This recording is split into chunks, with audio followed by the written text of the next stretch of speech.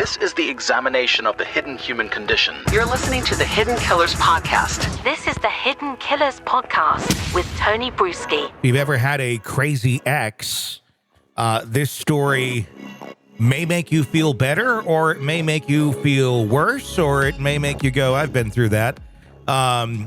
Except this one, it doesn't end well. There is first-degree murder involved, but certainly hits all of those notes of an ex that just can't move on. And what the fuck is wrong with people?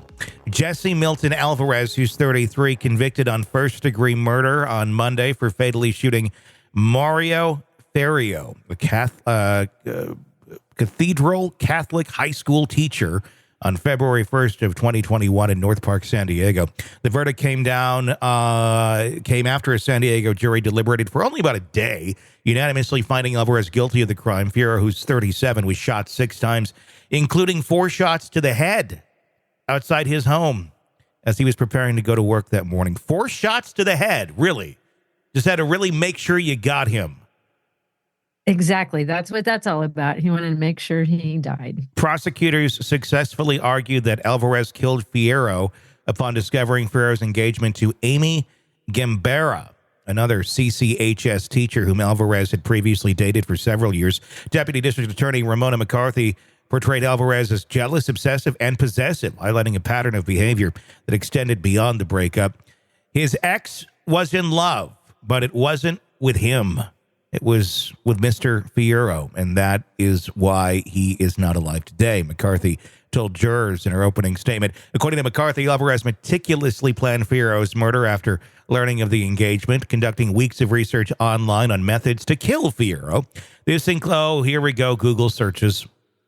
Right. It's just like, what?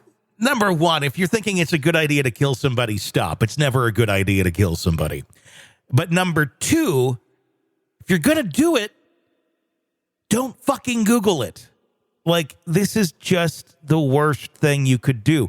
And what kind of fucking results do you think you're going to find by searching how to shoot someone at their home address? How to kill your ex-fiance? How to commit murder without leaving forensic evidence? Do you think you're going to find, like, on Good Housekeeping or like a guide to this? Do you think, like, People's going to have that for you, or Gawker or somebody? I mean, that doesn't exist anymore. But I mean, where the fuck what do you think you're going to find? And don't you think that if you are going, how to commit murder without leaving forensic evidence, while you're actually leaving forensic evidence by searching for that on your device. You are literally creating your trail of evidence by your search. Right. Like digital forensic evidence, which in my opinion is now, I think it's stronger than DNA evidence. I think it's stronger than almost anything because, as I've said 1,000 times, it gets you into the person's mindset and what they're thinking but not saying aloud. So it goes deeper than anything that you're going to probably find anywhere. You're seeing exactly what's running through their mind as they just throw it up onto their Google search. Yeah. Exactly. McCarthy presented evidence that Alvarez's fixation with Gembara persisted long after their breakup, leading Gembara to change addresses and attempt unsuccessfully to obtain a restraining order against him. 6 weeks after Gembara's engagement to Fierro was announced, Alvarez carried out the fatal shooting.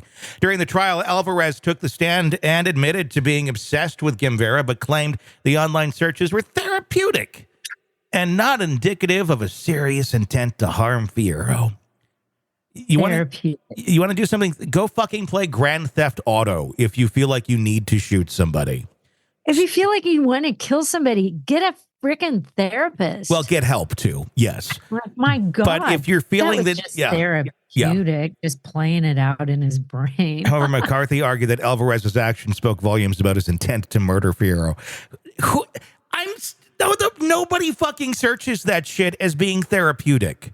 They just don't. Even if you're really upset and you're mad or you feel like you've been wronged and it's whatever, there's no therapeutic benefit to be searching on how to murder someone.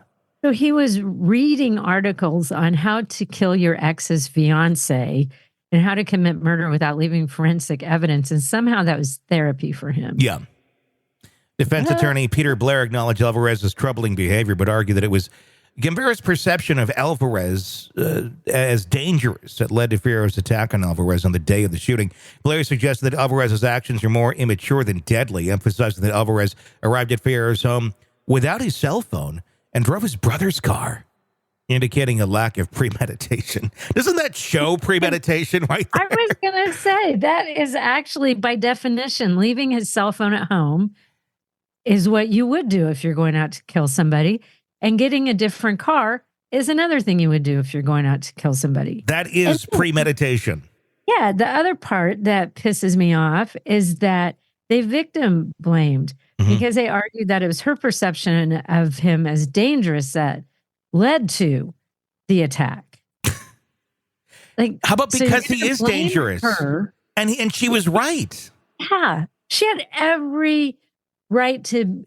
She was valid in her concerns. You perceive me as dangerous because you are.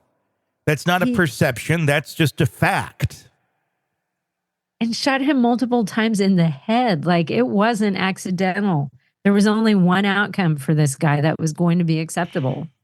Despite the defense's arguments, the prosecution convinced the jury that Alvarez's actions were calculated and premeditated, ultimately leading to Fierro's tragic death, with a conviction of first-degree murder and a special circumstance of lying in wait. Alvarez awaits a sentence of life in prison without the possibility of parole when he is sentenced on May 10th.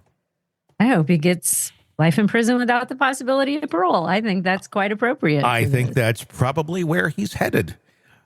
And God knows what else he'll get to experience behind bars. Maybe a broomstick. Who knows? Want to listen ad-free? Want advanced access to all of our interviews before anyone else?